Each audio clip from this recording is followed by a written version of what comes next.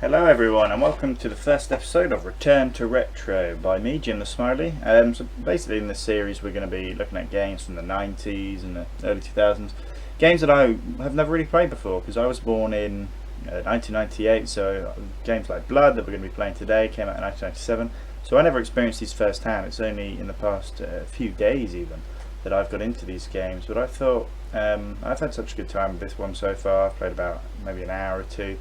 I thought that I would share my experiences with it and shed some light on the background of this game. So we'll jump straight into it. I'll shut up during the opening cutscene so you can get some idea of the story. Not that there's much going on in this one, but we'll see how it goes.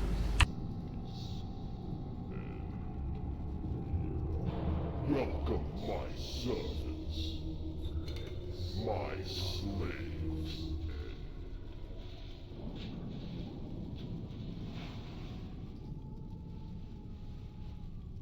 What is your bidding, Master? You have failed me.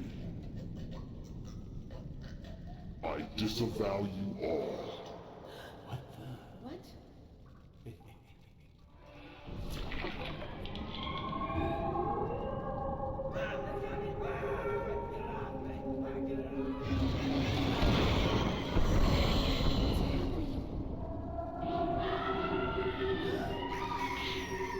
I've taken your love. Now I will take your life. Consider my power in a hollow grave. I live again.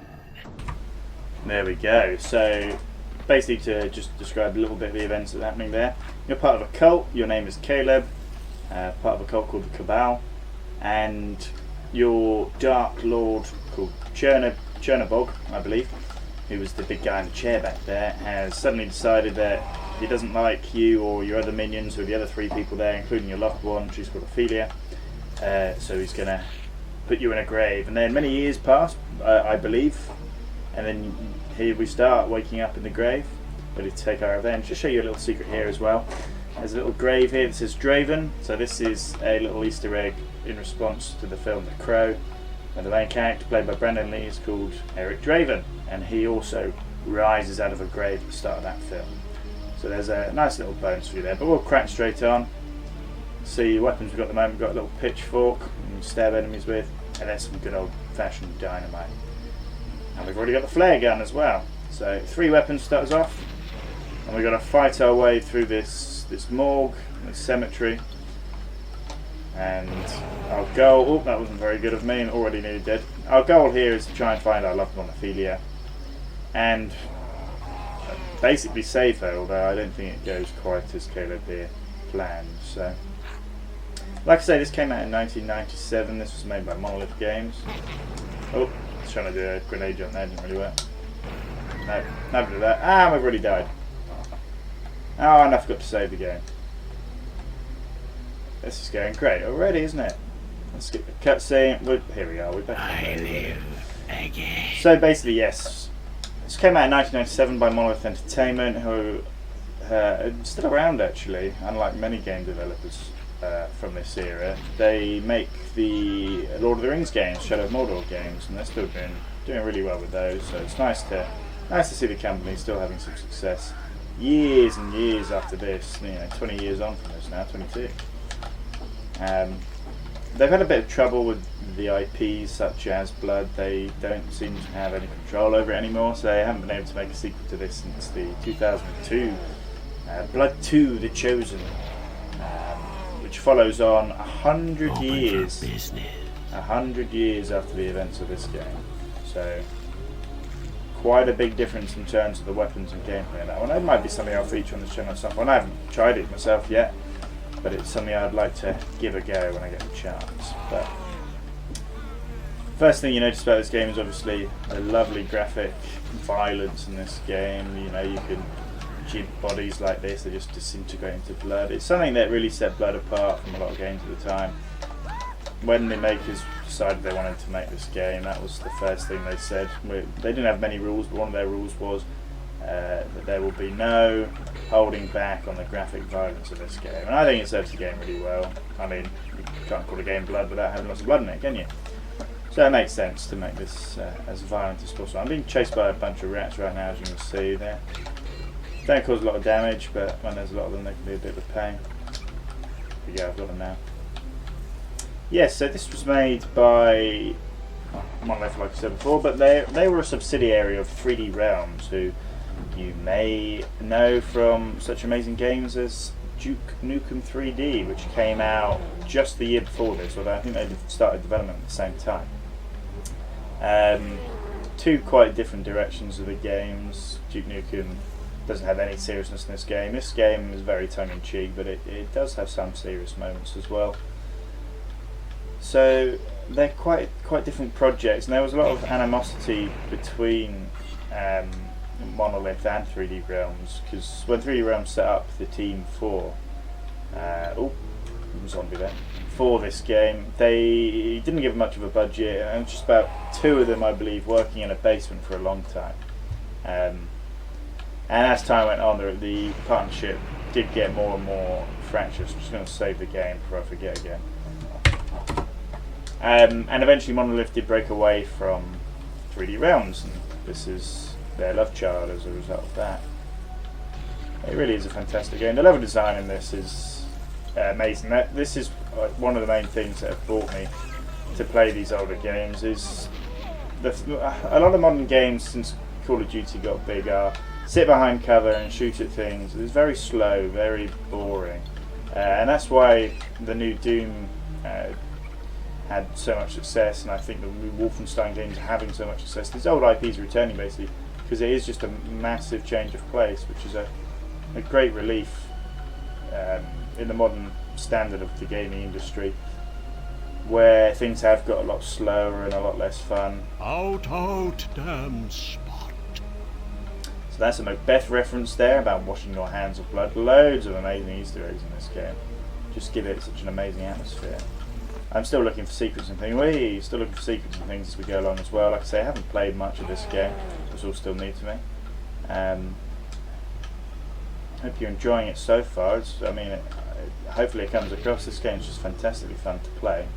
There we go. Oh, I love the way they burst into flames. And I'm dead again. Yeah, one thing that should be said about these games, all the games from the 90s, they're incredibly difficult. It's not like modern games, even just knowing where to go a lot of the time can be a real struggle due to the amazing Catacomb-like level design. It's not just corridors that you're walking down all the time like games we're used to now. This is sprawling maps with layers upon layers, which is something we're missing a lot from game design these days, I would say. Nope. I'm doing a good job of nearly killing myself at every turn. Here we go. Now look at the way the map just comes back around. I forgot this dynamite earlier. So there's always shortcuts to be found and new little areas. I didn't kill this guy at the start either. Let's get him. Watch him burn. So I'll tell you a little bit about the main character as well. So Caleb here is basically a cowboy. The opening cutscene was in the 1870s, but when he gets imprisoned by Chernobog, you end up sleeping for something like 50 years. You wake up in 1928. It's not explicitly stated to be 1928 in this game. Fantastic. But the next game explicitly states that the last game was 100 years ago, and that game's set in 2028. That's probably the worst way I could have explained that, but hopefully somewhere in there there's some sense to be made. I'm going to kill these rats again. I do apologise. I'll tell you now, I'm not very good at these games. I grew up too late. I grew up in a generation where games were really easy, so I'm going to die a lot in this game. That's good. Progress is going to be slow, but I'm going to have a good time playing it. Hopefully you'll have some fun listening to it. If not, better go and watch something else, I suppose. But here we go. So I'll tell you a little bit about how I know about this game as well. So I watched a channel called Super Best Friends Play with Matt McMuscles and Angry Pat. Sadly they're no longer around. At the tail end of last year, I think now they dissolved. for one reason or another. But they have a series of videos every year called Shitstorms, where they display a bunch of horror games. This is one of the ones they played, and I instantly fell in love with it as a result of seeing that video. It's just, for me, it's such a unique game, just because I never would have played a game like this when I was a child, because I was too young. This came out years, like I said, years before I was born.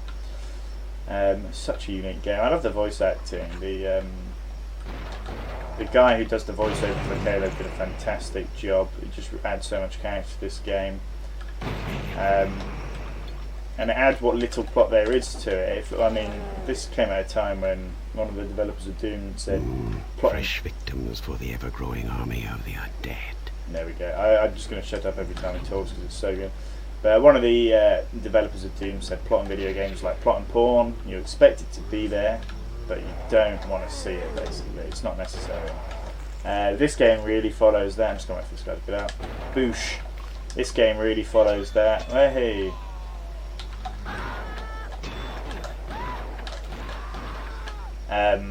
The plot is thin on the ground, but it is there. You just got to work hard to find it. And that's the deal with these old games.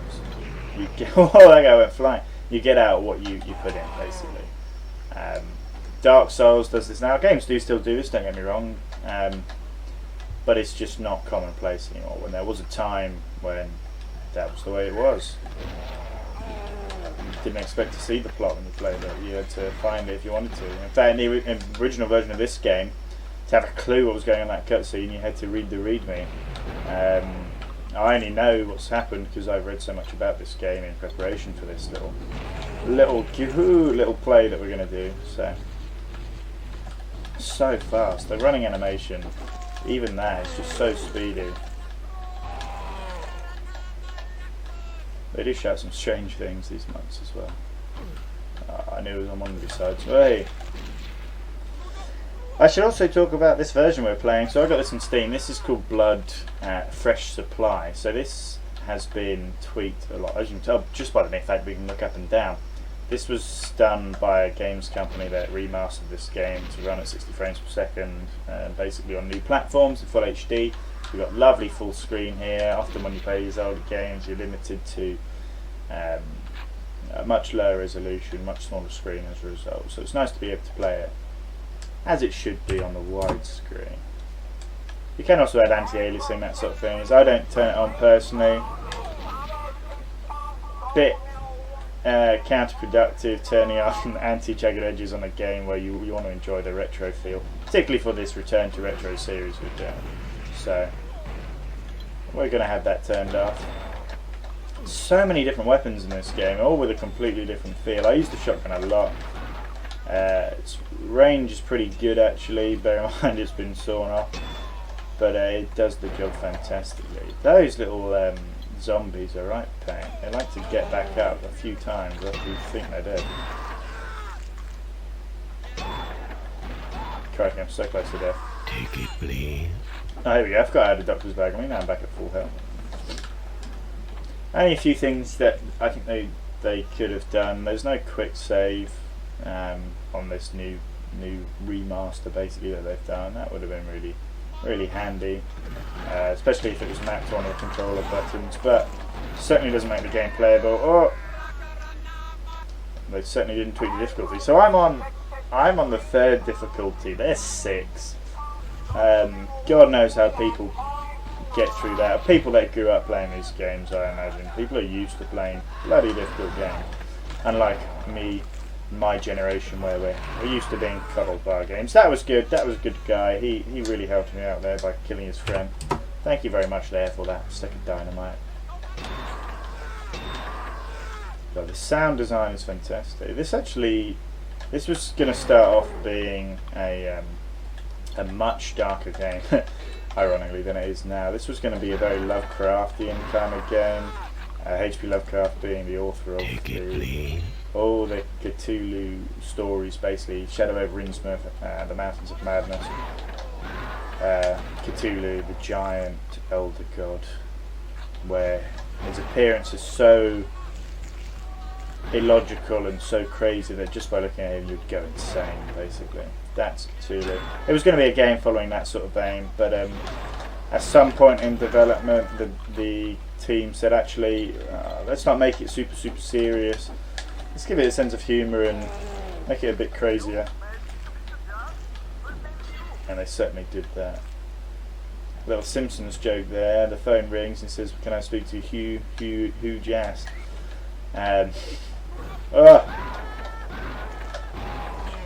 Which is one of the prank calls Bart does to Moe's bar in one of the episodes of The Simpsons. So I found a couple of the secrets at this early point in the game before, which is why I know where they are.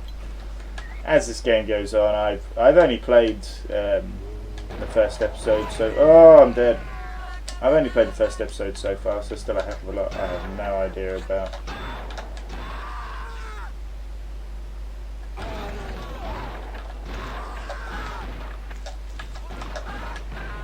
It is a little hard to control, so I'm using a controller, which is another one of the good additions from the Fresh Supply version of Steam, which I really would recommend if you're going to get this.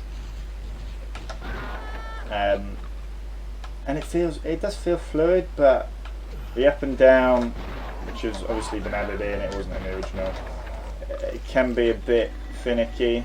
But you know, games. This wasn't made with the controller in mind.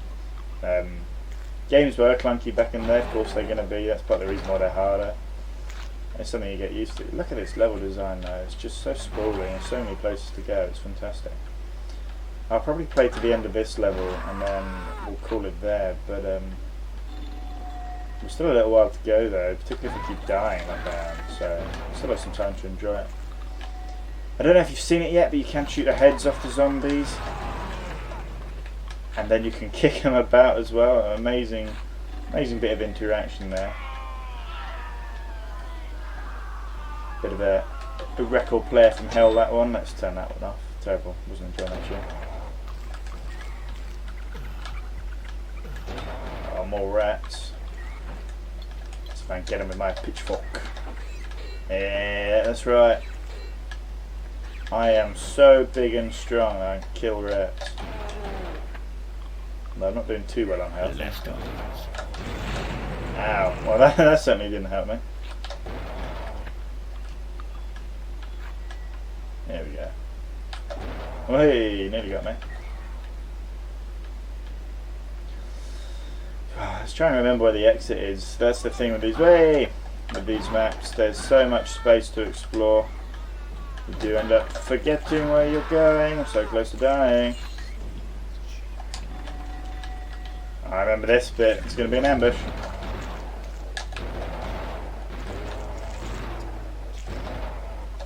Oh crap. I ran out of ammo. I knew that was going to happen. I think we'll give it a couple more goes and we might call it there.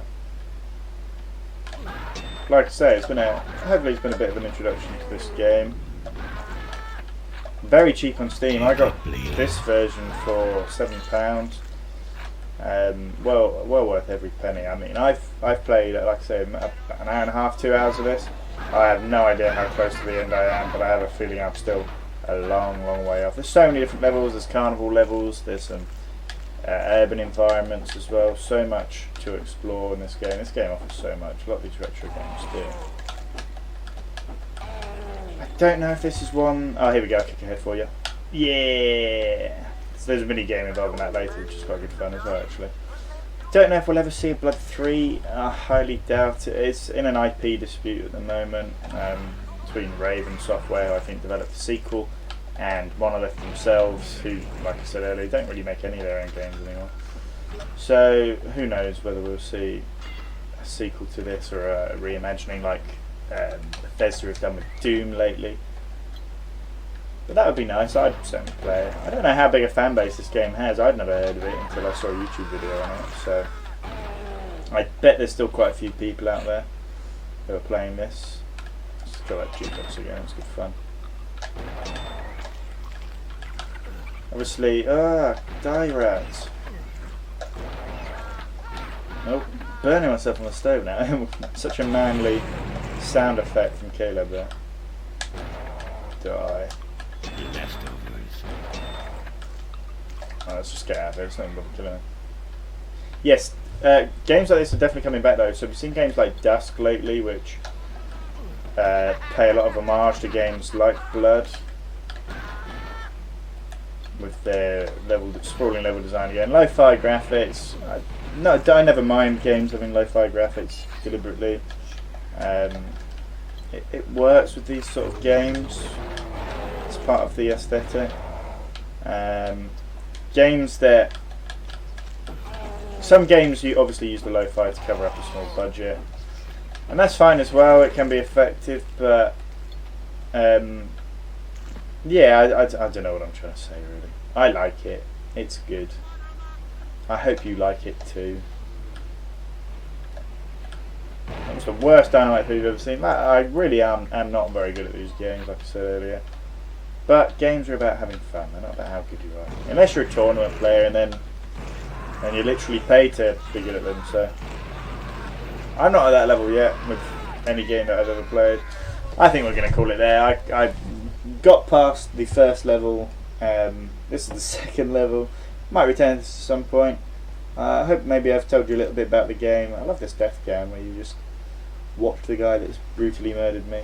Yeah, hopefully you know a little bit more about the game. Maybe you're intrigued by it. And hopefully we'll have another one of these Return to Retro episodes at some point. I promise to get a better mic at some point too.